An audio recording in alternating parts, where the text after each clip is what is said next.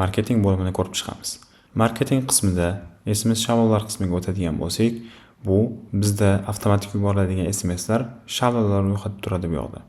Ko'rishimiz mumkin, tasdiqlash kodi uchun yuboriladigan, qarzdorlik muddati o'tib ketgandan keyin yuboriladigan SMSlarning shabloni, qarzdorlik haqida yoki avtomatik to'lovdan keyin yuboriladigan bildirishnomalar. Bu yoqda bizga shablonlar qismi ko'rinib turadi va biz bu qismida faqatgina ma'lumotlarni ko'rishimiz mumkin.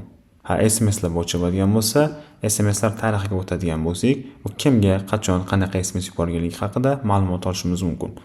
Mijozning ism familiyasi, mijoz turi, mijoz bo'lishi mumkin yoki kafil bo'lishi mumkin.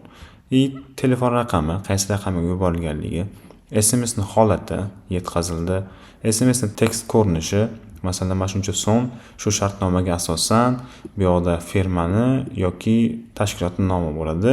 Shu firmaga to'lov qilindi. Ma'lumot uchun bu yoqda telefon raqami bo'ladi. Kimga bog'lanish mumkinligi. Ko'radigan bo'lsak, bu yoqda muddatli to'lovning ID'sini o'zi turibdi va yaratilgan vaqti. Bu yuborilgan vaqti. SMSni avtomatik ketish uchun biz buni muddatli to'lovlar qismida sozlamalar qismidan qo'shib qo'ygandik. Sozlamalar qismiga bizga avtomatik SMSlar qachon va qaysi vaqtda ketishini nastroykasi qilib qo'yilgandi.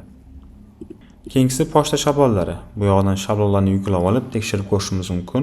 O'zi bizga yuborilgan xatlarimiz qanaqa mazmunda ketadiganligini ko'rishimiz mumkin. Qarzdorligi muddatdan o'tib ketgandan keyin yuboriladigan talabnoma yoki bildirishnoma, qayta yuboriladigan bildirishnoma. Shunga o'xshash bizda umumiyda 3 xil shablondagi xatlar bor. Buni yuklab olib tekshirib ko'rishimiz mumkin bo'ladi.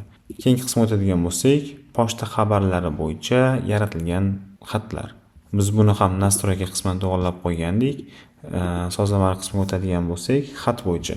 Agar to'lov kunidan necha kun o'tib ketgandan keyin birinchi shablon yaratilishi kerak, necha kun o'tgandan keyin ikkinchi shablon yaratilishi kerak. Va bizga shu nastroyka bo'yicha to'lov vaqtidan o'tib ketgandan keyin avtomatik holatda pochta xabarlari qismida bizga shablon yaratilgan holatda turadi. Unga kirib turib, yuborishni bosadigan bo'lsak, elektron ключ orqali tasdiqlab xatni yuborsak bo'ladi. Tasdiqlangan xatimiz mijozning uyigacha yetib boradi.